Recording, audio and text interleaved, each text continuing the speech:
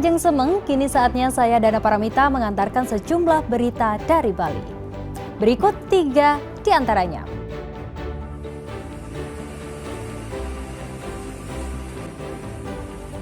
Kebakaran terjadi di kawasan pertokoan di Jalan Sidekarya, Denpasar.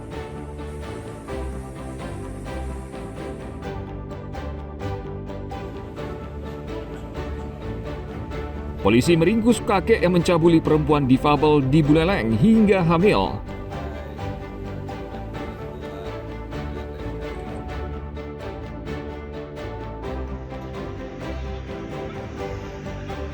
Kawasan wisata Danau Batur akan dikembangkan dengan bisnis kapal pesiar yang diklaim ramah lingkungan.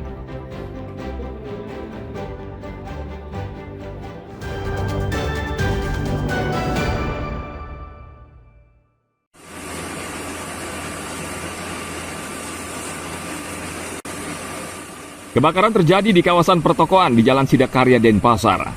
Kobaran api menghanguskan 2 toko di kawasan tersebut pada hari Minggu pagi. 6 unit mobil pemadam kebakaran Kota Denpasar bekerja keras memadamkan api karena khawatir merembet ke bangunan lain.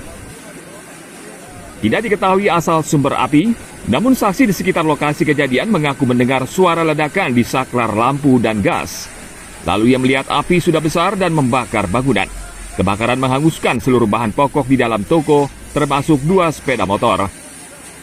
Iya, kan saya tidur. Kok panas, saya keluar loncat. Terus gimana Pak? Sudah ada fire di dalamnya? Aman, Pak. Kalau semua aman, saya tolong. Enggak ada. Itu jam berapa Mas? Tidur jam 7 saya, Pak. Ya? Tidur jam 7 saya, jam 7 pagi. Jam 7 pagi? Ya. Kalau awal api dari mana? Awal api itu adik saya yang tahu, Mas. Kalau saya tidak tahu, saya tidur. Kejadian kurang lebih jam berapa saya kurang tahu juga, Mas. Namanya saya bangun tidur kan, saya nggak lihat jam juga. Saya nolongin gas tapi meledak. Saya yang lihat gas kan, waktu itu gas sama sekeringnya lampu saya matiin semua biar nggak meledos kan. Itu apa itu? Apa namanya, bangunannya apa itu? Apa? Yang sembako, Pak. Sembako ya? Sembako ya? semua.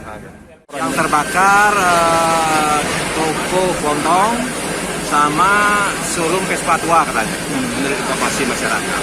Berapa unit bangunan itu Pak? 2 toko. 2 toko ya? Warga di sekitar lokasi kejadian berusaha membantu menyelamatkan barang milik pemilik toko, namun sebagian besar hangus terbakar. Tim Liputan melaporkan dari Denpasar.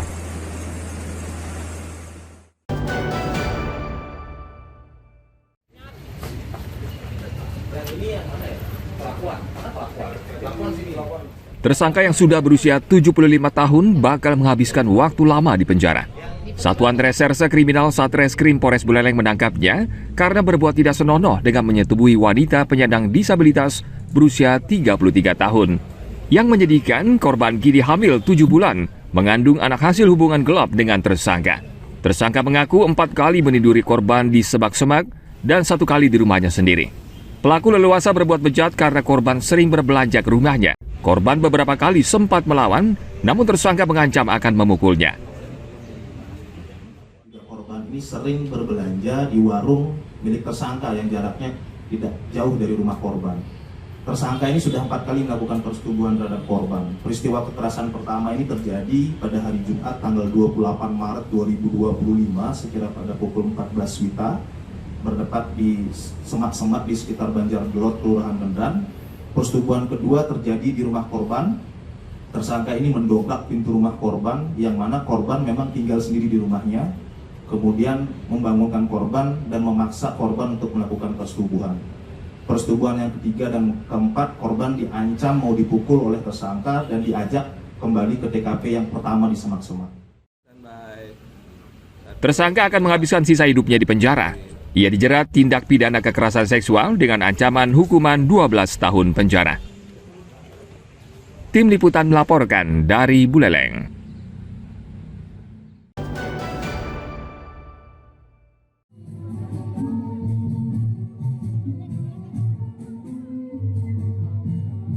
Kasus kriminal yang menyeret anak di Karangasem jumlahnya terus meningkat. Unit Pelaksana Teknis Daerah atau UPTD Perlindungan Perempuan dan Anak Karangasem mencatat, tahun ini tercatat ada 24 kasus anak dan sebagian besar adalah kenakalan remaja, seperti kasus pencurian dan perkelahian antar remaja. Pada tahun 2024, banyak anak menjadi korban kasus persetubuhan. Namun kali ini bergeser, mereka menjadi pelaku kejahatan.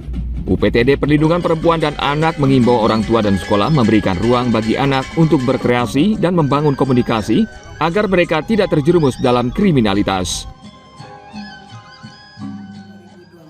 Itu ada kebanyakan kasus persetubuhan. Jadi untuk tahun 2025 itu kenakalan remaja kayak seperti pencurian, kemudian perkelahian, itu pergeseran seperti itu dari 2024-2025. UPTD PPA mengandalkan peran daripada orang tua, di mana orang tua itu lebih banyak berkomunikasi secara langsung kepada anaknya. Misalnya pada saat jam 6 sore sampai jam 9 malam itu mematikan HP gitu ya. Di sanalah kesempatan untuk orang tua berbagi cerita kepada anaknya. Kemudian lebih banyak memeluk anak gitu. Karena sangat besar sekali peran dan fungsi daripada pelukan tersebut gitu ya. Salah satu cara efektif adalah orang tua bisa menerapkan gerakan mematikan ponsel dari jam 6 hingga 9 malam. Hal ini penting agar anak dan orang tua fokus menjalin komunikasi. Perlu diingat, perkembangan anak bergantung pada komunikasi, perhatian, apresiasi, dan sentuhan fisik. Tim Liputan melaporkan dari Karangasem.